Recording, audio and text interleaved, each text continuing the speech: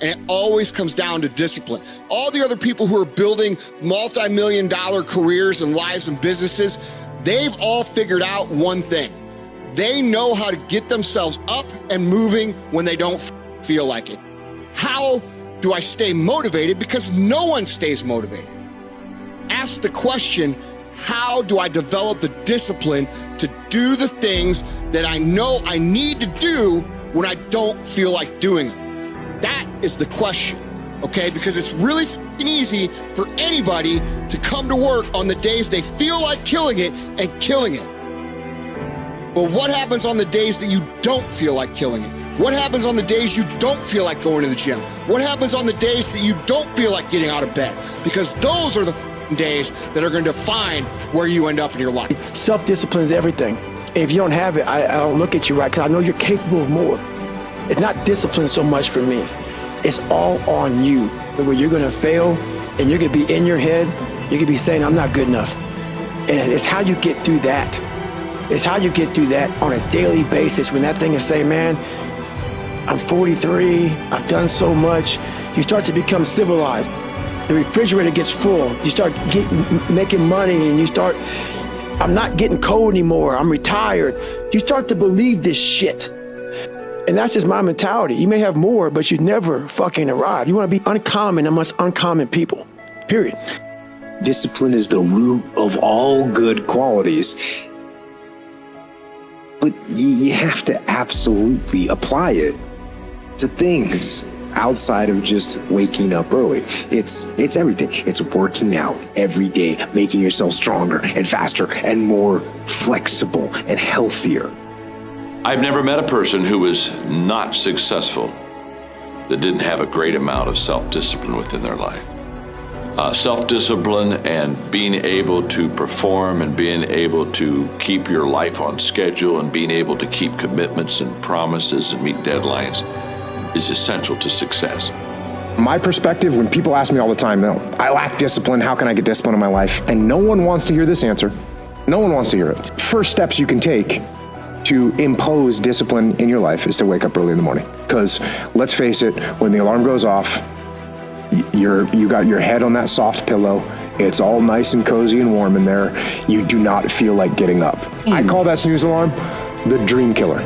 Like when you press that snooze button, you're killing your dreams. No, where people get worried and people freak out is sleep is healthy. Sleep is good for you. I know that. I get it. I usually go to bed around 10:30, 11, and I wake up at 4:30. So I get 5.5 to 6 hours almost every night, you know? And sometimes I tell people, I think sleeping is good. I do it almost every single day. I think it's important. What we're talking about here is self-discipline, right? You can imagine an environment in which my day looks exactly the same and my output looks exactly the same, but there's like a gun to my head, right? And suddenly it's not the same thing, right? So I'm talking about self-discipline. Of course, discipline is important. Discipline's important on a football team. It's important in the army. It's important in a prison also, right? Discipline is there and it matters. But I'm really talking about self-discipline. And there's that line, discipline equals freedom from Jocko Willink. It's great. There's a quote from Eisenhower that's similar that I think illustrates the angle that I'm thinking about it. Eisenhower said, freedom is the opportunity for self-discipline. If you study people who are at the pinnacle of anything, you recognize that to get there, motivation was maybe 1% of the formula, maybe. Winners don't need motivation. Winners need discipline. Discipline's about getting it done because it needs to get done, not because I feel like it, not because I'm motivated for it. You think Nelson Mandela was motivated to spend 27 years in prison? You think Martin Luther King was motivated to march across the states and proclaim freedom? If you look at people that change the world, they're not doing it because they're motivated. They're doing it because they made a commitment to do it and they disciplined to see it through. You don't get discipline from your parents, from your grandparents, from your older brothers and sisters. You don't get discipline from an external source. You have to get it from you. That's what self-discipline is. You get it from yourself. You get it from you. The Marines have a saying, everybody wants to go to heaven, but nobody wants to die. And that's just real. At the center of bringing any dream into fruition is self-discipline. Did you stay motivated all the time? People ask me that all the time. And the answer is, I didn't. The most inspired, motivated person wins. Nah, not really. It's the person who can work on the days they're not inspired and motivated. It's what do you do when you're not feeling great? What do you do when it's not your best day? How do you do that? Carries you through as rituals and habits. So when you're fatigued, when you're tired, when you're under pressure, you react reflexively. And so successful people rely on habits and rituals, not just their inspiration and motivation level. You don't like that shit? Develop your discipline. You don't like the way things are going in the world? Develop your ability to achieve.